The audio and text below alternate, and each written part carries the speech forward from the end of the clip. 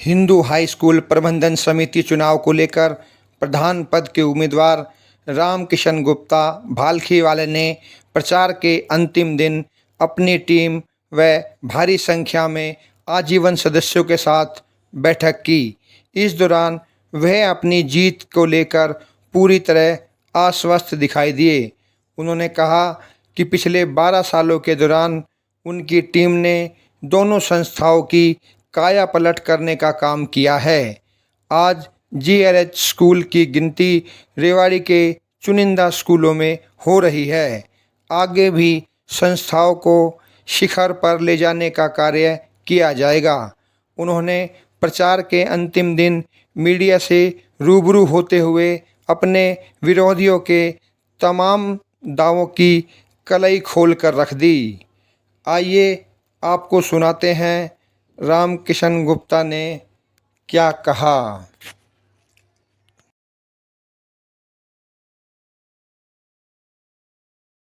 तो अमित जी और आप सब पत्रकार, आप सबको पता है चुनाव कल 3 अगस्त को सुबह 8 बजे से 4 बजे तक मतदान होगा और हमारा निशान है टेबल फैन। ठीक है। और चुनाव ये जो है ये विकास और बिना काम करने वालों का उसका चुनाव है। एक तरफ है काम नहीं करने वाले, एक तरफ है काम करने वाले। हमारा जो विजन है वो आप सब लोगों ने देखा है, स्कूल आप लोग देख चुके हो। 12-13 साल में जो हमने विकास किया है आप सबको पता है। आप रेवाड़ी के रहने वाले लोग हो कि क्या हिंदू स्कूल की समस्या थी और क्या हालत में ये स्कूल पहुंच गया था। मैं पहली बार जब बना तो पहली मीटिंग जब मैंने हिंदू स्कूल की ली उस टाइम में दिनेश जो डिंको वाला है ये मेरे साथ मीटिंग में बैठा था और उसने ये कही थी टीचरों ने, और वो टीचर आज भी हैं स्कूल में, आप जाके स्कूल से पता कर सकते हो कि प्रधान जी हमको तो स्कूल से बाहर निकलने में डर लगता है। ये हालत थी स्कूल की, ये डिसिप्लिन था उस स्कूल का। और हमने आते ही सबसे पहले डिसिप्लिन ठीक किया। पीने का पानी यहाँ नहीं था, पीने का पानी हमने आरओ चलाए, टॉयलेट्स यहाँ थी नहीं, हमने नए वाशरूम बनाए और ऐसे वाशरूम बनाए जो आपको शायद रेवाड़ी में किसी संस्था में दिखाई नहीं देंगे। विकास के लिए जो ये कहते हैं कि हम विकास करेंगे, विकास करना अगर इनकी सोच होती तो 2000 में ज़मीन खरीदी है इन्होंने। 2000 से 2014 तक ये स्कूल बना के चलाया क्यों नहीं, आप बताइए। जब हम आए थे तो स्कूल में क्या था, ग्राउंड में गड्ढे थे 2-2 ढाई फुट के, ढांचा था इसमें खाली, और ज़मीन हमने आके कब्जा लिया है। 2000 की ज़मीन बेचने वाला आदमी ज़मीन का कब्जा नहीं दिला पा रहा है। आप देखिए कितनी बड़ी बात है, फुल पेमेंट लेके ज़मीन ली है और उसके बाद ये कब्जा नहीं दिला पा रहे, और हमने आके समाज को इकट्ठा करके ज़मीन का कब्जा लिया। और ज़मीन कितनी किससे निकली है ये मुझे कहने की ज़रूरत नहीं है, किससे निकली है ज़मीन और कौन सी साइड ज़मीन निकली है।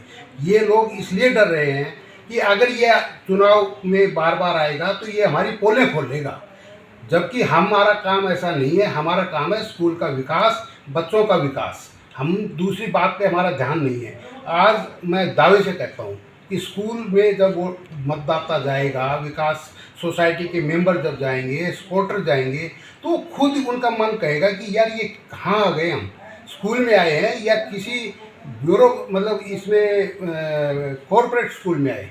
ये हालत हमने स्कूलों की बनाई है। अब मैं आता हूँ एजुकेशन क्वालिटी पे। ये कहते हैं हम क्वालिटी बनाएंगे। क्वालिटी अगर इन्होंने बनाई होती तो आज संस्था इस हालत में पहुँचती क्या? 2013 से पहले कहाँ थे?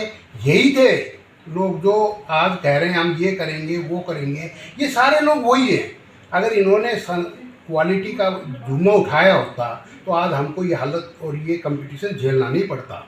आज क्वालिटी हमारे उस टाइम में क्वालिटी ये थी कि आधी क्लास फेल होती थी और 50-60% से ऊपर कोई बच्चा टॉपर नंबर नहीं लाता था। ये रिकॉर्ड की चीज़ें हैं, मैं नहीं बोल रहा हूँ। आज हालत क्या है, हमारे बच्चे मेरिट में आते हैं, हिंदू स्कूल में भी जीएलएस स्कूल में भी मेरिट में आते हैं हमारे बच्चे। ये क्वालिटी है। स्पोर्ट्स, हिंदू स्कूल स्पोर्ट्स भूल चुका था। हम लोगों ने स्पोर्ट्स में आज हमारे बच्चे स्पोर्ट्स के टूर्नामेंटों में स्टेट में जा रहे हैं, स्टेट खेल रहे हैं। ये ठीक है, हमारी ऐड कम होती है, लेकिन हमारे आप जाके स्कूल में पता करो कि हमारी क्या क्वालिटी है, टीचर्स क्या क्वालिटी है। खुद एक बार संदीप खंडेलवाल हमारे जीएलएस स्कूल में गया उसने खुद ये एक टीचर का देखा, बुला के इंटरव्यू लिया। उसने कहा भाई साहब आपकी क्वालिटी नंबर 1 है। मेरा विरोध सिर्फ इसलिए है कि मैं काम कर रहा हूँ और ये चाहते हैं कि ऐसा आदमी आए जो इनकी हम यहाँ मिलाए। मैं वो करने वाला नहीं। मुझे चाहिए काम, मुझे विकास, मेरा जुनून है कि मैंने स्कूल में विकास करना है। और आगे हमने पहली बार इस स्कूल में इतने सालों में हमने पहली बार ये कर दिया कि जो बच्चा 90% से ऊपर नंबर लेके आएगा 10th क्लास में, जो बच्चा लेके आएगा उसको 500 रुपये महीने की स्कॉलरशिप हम देंगे। ये तो कह रहे हैं कि हम ये करेंगे वो करेंगे, जो इन्होंने पहले इनके हाथों में रही है संस्था, कुछ किया नहीं। हमारा विजन ये भी है कि जो बच्चे आजकल कोचिंग करते हैं, जो हमारे स्कूल में पढ़ते हैं और कोचिंग जाना चाहते हैं, मिडिल क्लास के लोग हैं, वो स्कूल फाइनेंशियली हेल्प करेगा उनको।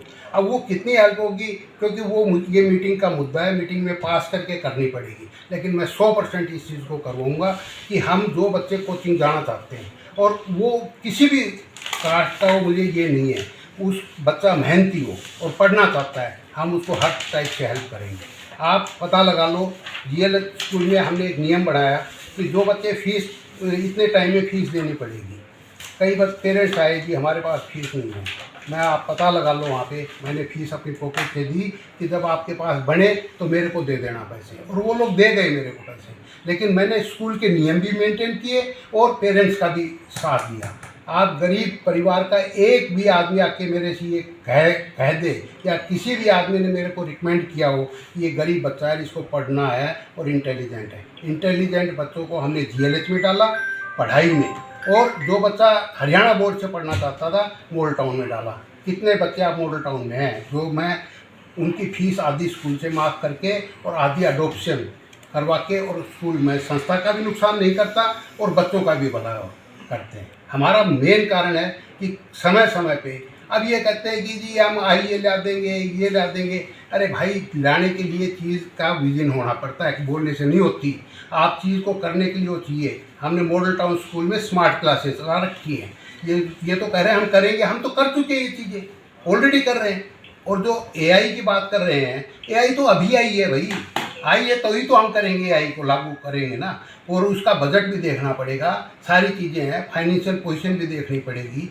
जो आदमी पहले फाइनेंशियल को ड्रॉप कर चुके, तबाह कर चुके, अगर ये संस्था इतनी अच्छी रही थी तो फिर पैसे कहाँ गए आप बताइए?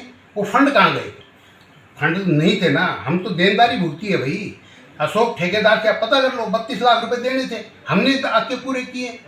टीचरों की तनख्वाह कितनी बार तो मैंने अपने पास से पैसे दिए, संस्था से फिर बाद में लिया है और टाइम पे टीचरें दी। आज माली हालत संस्था की क्या है आप पता कर लो। 20 छोटी बड़ी, 20-25 छोटी बड़ी बसें, वैन है हमारे पास, और उसके बाद हमारे पास सैलरी देने के लिए 3-3 महीने का पैसा है आज दिन हमारे पास। ये हमने किया है। ये इनकी तरह नहीं है कि चौधर बना लो फिर जो आ गया बस जी प्रधान जी कहलवा लो। मेरे आने से पहले ये लोग प्रिंसिपल की कुर्सी पे बैठते थे, हमने आके ये रूल बदला, कोई प्रिंसिपल की कुर्सी पे नहीं बैठेगा। हमने प्रिंसिपल की चेयर को प्रिंसिपल ही बैठेगी, हमने अलग से किया। इनकी इतनी तक सोच नहीं है कि प्रिंसिपल की कुर्सी पे कौन बैठेगा कौन नहीं बैठेगा। तो ये क्या इनका विजन है? और विजन, अगर मैं बार बार एक कहता हूँ, विजन होता तो ये संस्था आज इस हालत में नहीं होती।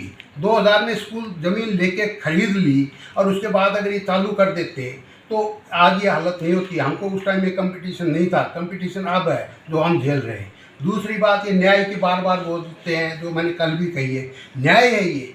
21 लाख रुपए में स्कूल का नाम ले जाना, ये न्याय है? आप लोग खुद बताइए, क्या रेवाड़ी में 21 लाख रुपए देने वाले और आदमी नहीं थे इससे ऊपर ज़्यादा? लेकिन आप बता दो, आधे शहर को ये पता था ये ज़मीन इन्होंने दान में दे रखी है, हमने किया इसका खुलासा। ये लोग इन खुलासों से डरते हैं, ये इनकी सोच वो नहीं है। ये लड़ाई चौधर की लड़ाई हिंदू स्कूल की नहीं लड़ रही है, हिंदू स्कूल के विकास के लिए नहीं लड़ रही। विकास, इनको कुछ पता नहीं है कि विकास क्या होता है। हमने मणिपुर में मैं नौकरी करके आया हूँ, हमारी वहाँ की मैनेजमेंट, हमारे जो जिसके हम नौकरी करता था उनसे पूछ के देखो कि मैंने फर्म को कहाँ से कहाँ पहुँचाया। यहाँ भी हमने 13 में संस्था में आए और दोनों स्कूलों को हमने कहाँ से कहाँ पहुँचा रखा है। रही बात आगे की, ये दूसरी बात में इसमें एक और जोड़ना चाहता हूँ, जो मैंने कल भी जोड़ी थी। इतने न्यायप्रिय हैं, तो यही 5-6 लोग हैं जिन्होंने 21 लाख में ये स्कूल दे दिया। यही 5-6 लोग हैं जो लाला पूर्णचंद जिंदल ने 95 में 15 लाख रुपए दिए और उसको कुछ नहीं दिया। हमने कहीं स्टैचू बनवा दो, वो भी नहीं बनवाया। कुछ सोच नहीं है इनकी। सोच है कि हमारा सारा समाज इन 3-4 आदमियों के तलवों नीचे रहे। अब वो टाइम निकल गया, यूथ आगे आ रहा है और यूथ ही आगे बढ़ेगा और इनकी ये चौधरी चली नहीं जाएगी। और विकास की बात ये है, आज आप देख लेना, अब जो GLS हमने 14 में चालू किया था, 21 तक तो ये +2 बना है, एक क्लास से बढ़े हम, और 21 के बाद कोविड आ गया। आज आप खुद देख लो, आप भी गए थे स्कूल में, कि रिजल्ट क्या है।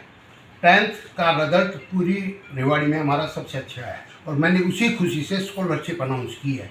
कर दो ये स्कॉलरशिप अनाउंस, इनके पास तो बहुत फंड है भाई, क्यों नहीं किया आज तक इन्होंने? अगर सन स्कूल में भी कर सकते थे ये, ठीक है, कोई स्कॉलरशिप चला रखी है क्या?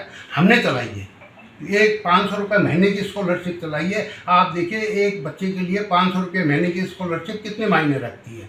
अब आगे आ जाओ, अब ऐसा ऐसा हम स्पोर्ट्स में पूरा वो करेंगे।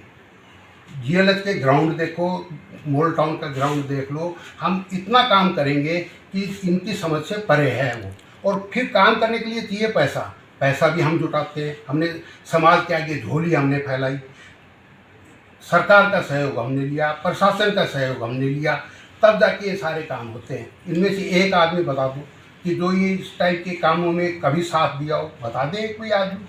70 में ज़मीन खरीदी इन्होंने, और 70 की ज़मीन की कन्वेंस डीड पिछले साल मैंने बनवाई है। अगर आप खुद मालूम हो जाए, अगर 55 साल बाद ये कन्वेंस डीड अगर पता पड़ जाए समाज को या किसी भी आदमी को, क्या बढ़ने देते वो लोग? लेकिन हमने उस चीज़ को करा और आज ये संस्था वापिस सारी चीज़ हिंदू हाई स्कूल सोसाइटी की है। इसकी हर चीज़ सोसाइटी सदस्यों की है और कोई भी चीज़ नहीं है। आगे के प्रोग्राम समय के अनुसार हम करेंगे, इनके मुताबिक है नहीं। अब इनका सबसे मुद्दा एक है कि जी इसको 4 बार हो गया, ये काम किया है और काम का ही मेरा नारा है। रही बात ये संविधान की, संविधान इनके हाथ में नहीं है। संविधान बदलना सरकार का काम है, वो सरकार करे। दूसरा ये कर सकते हैं समाज का, पर ये करेंगे नहीं, बोलना जानते हैं। करेंगे क्यों नहीं? क्योंकि अग्रवाल समाज अगर ये नियम बना दे कि एक भी अग्रवाल का बंदा 2 बार से तीसरी बार में ड्रॉप करेगा, हम भी मानेंगे, नियम पास करें, लेकिन करेंगे नहीं। कारण क्यों नहीं करेंगे? ताकि ये जो चीज़ है ये इनके ऊपर लागू होती है। भाई आज BMG वाले जब से बनी अग्रवाल सभा तब से उस पर कब्जा करके बैठे हैं। वैसे समाज में लाला भीडलाल कब्जा करके बैठा है, आप खुद देख लो। तो अग्रसेन स्कूल में हम तारीफ करते हैं रत्नेश बंसल की, उसने काम किया है। इसलिए हम चाहते हैं कि वो जो आदमी काम कर रहा है वो आगे बढ़े, हम भी साथ हैं उसके। और मैंने उनकी मीटिंग में बोला है कि जो आदमी काम करे, संस्था का हित करे, संस्था को आगे ले जाए, वो उम्र का कोई तगादा नहीं है, उसको काम करने का मौका मिलना चाहिए। और मेरी भी यही आप सभी सोसाइटी के सदस्यों से अपील है कि हमारा टेबल का फैन है और काम के हिसाब से आप हमको मत कीजिए और हमको वो कीजिए। इन संस्थाओं को 3-4 आदमियों के हाथों में गाने से रोकिए। ये संस्था का विकास नहीं करेंगे, संस्था को बर्बाद करना इनका काम है।